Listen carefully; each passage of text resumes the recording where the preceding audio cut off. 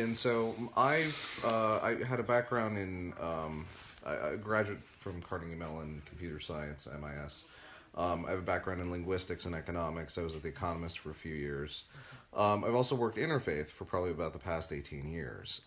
Park 51, I'm not sure if you guys know that project. That's me. I'm that guy. I'm that PR guy. So what we had tried to do was basically build a Muslim YMCA. That's it. Why? Because there are 15,000 Muslims living in Lower Manhattan at that time. 6 months into that project, they opened another mosque 5 blocks away.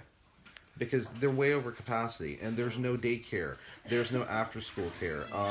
Imam Faisal, who I work with occasionally, just launched... Assalamu alaikum. Imam Faisal... Go ahead. Assalamu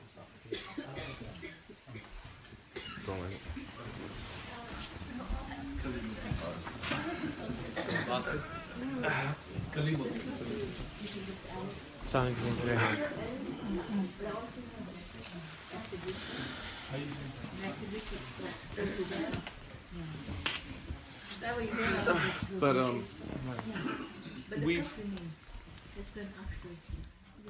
we've done a lot of interfaith work. Like we did Passover and not Passover, but we did God, what was the last Jewish holiday? Purim. No, before Purim.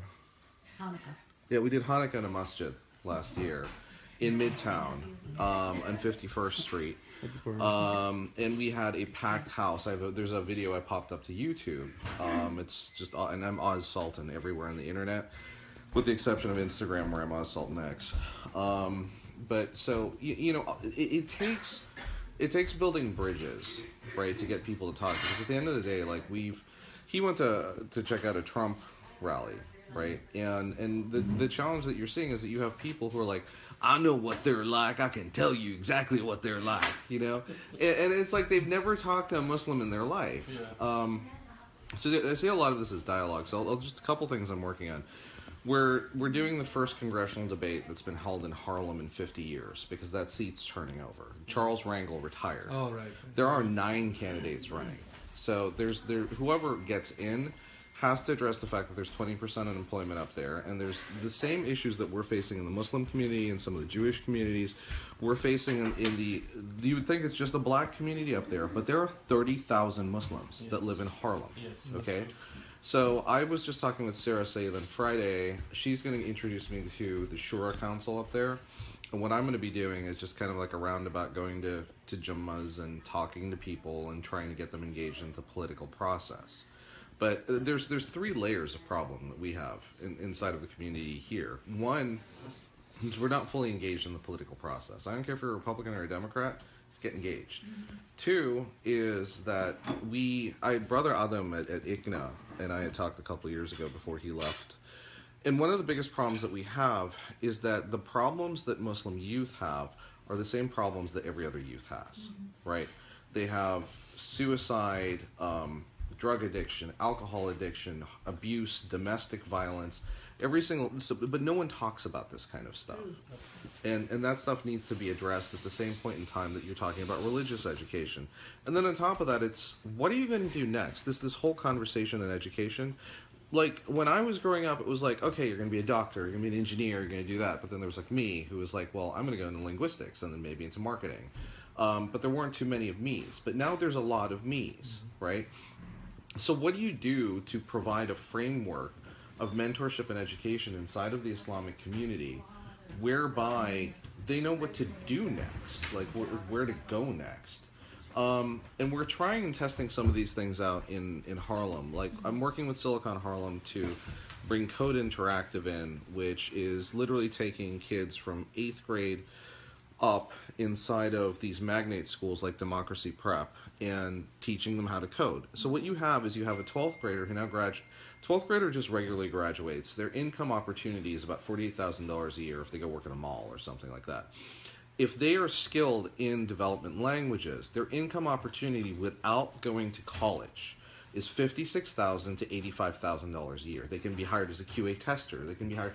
Everything you guys are talking about with your CCNAs and your Cisco preps. E-commerce is the next thing, so they can. I was going to say that because there's a course by Google called Edwards. So, long story short, it's a course.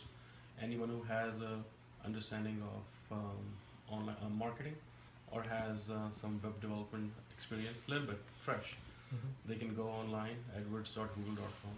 They can do their prep classes online, whatever it is. Then they can take a exam online, which is free, and then they become Edwards certified.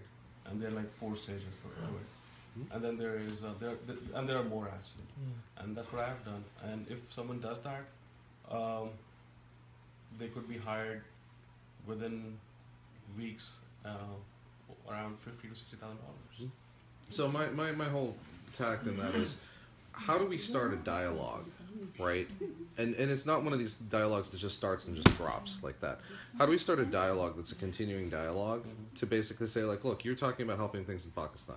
I'm talking about, like, I could take your training and the stuff that you guys are talking about, and we could figure out how to roll it out in Harlem, okay? Because now we've retrained people. Then once you retrain people, the same way you talk to the World Bank, the only thing we need to do in that community is go and bully Google or bully IBM and be like, you put one of your lower level systems here, we'll go and talk to our congressman and someone else. You'll get 10 years worth of tax credits. Just put the damn jobs here. Yeah.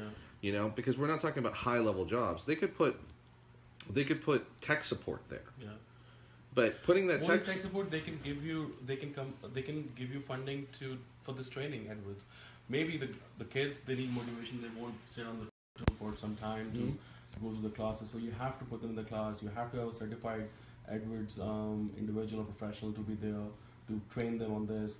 And this can be done to high school kids, because once they finish high school and they don't want to go to college, they can become online marketers. They can become social media specialists. They can go into e-commerce. They can start selling on Amazon, eBay, and everything. And selling on Amazon is not like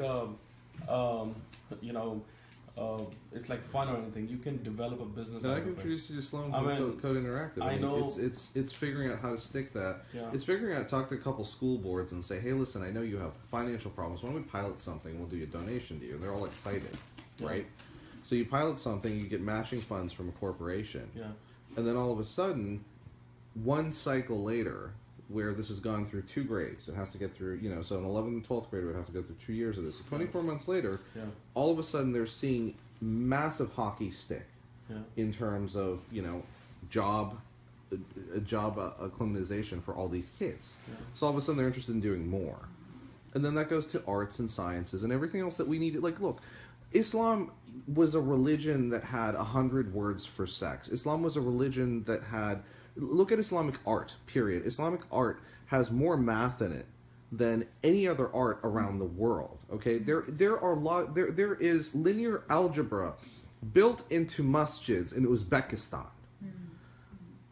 What happened? Like, we literally have to get back to that. And the only way we're going to get back to that is by driving education. And community, this. True. But what's your name, please? Suleiman. Are you local or? Yeah, I live here. Okay. I mean, Rehan was in town, so I'm like, and we know each other for some time. Yeah. So I'm like, let's have a cup of coffee, lunch, dinner. My issue is with a lot of Pakistanis. They are not into social media at all. Still, there's like... Are Americans into social media, by the way? Americans are not either. The good Muslim Americans are not. The ladies I want to be on the social media, they just like run away from the social media. A lot of good people are not on the social media. What's the reason behind that? See, the thing is, like, part of my job is, when I work, is to do business intelligence. Now, it could be the company, it could be the individual we're hiring or anything. So, if you don't use your social media effectively or the way it's supposed to be, a lot of information, your private information goes out. Now, Rehan is I would say that he's a brave man. He's been doing it for some time, and his whole life is there. Probably he has nothing to hide. He's a good man. But not everyone is that strong, I mean, now there are females, especially in our part of the world, the major problem is if they share their own picture, wedding pictures or anything, they're like so many perverts out there. They make they copy and they do ugly stuff with it. Yeah. So that's why they have to keep everything private. They cannot open up. Even it could happen over here. Yeah. You share your number over there because if you don't do your settings right on Facebook, your number can be on your profile. You don't make your profile private in terms of picture or whatever. Your picture is going everywhere. If I know Rehan, I like his picture, it is going to go to my network, which is 200, 300, 400 people.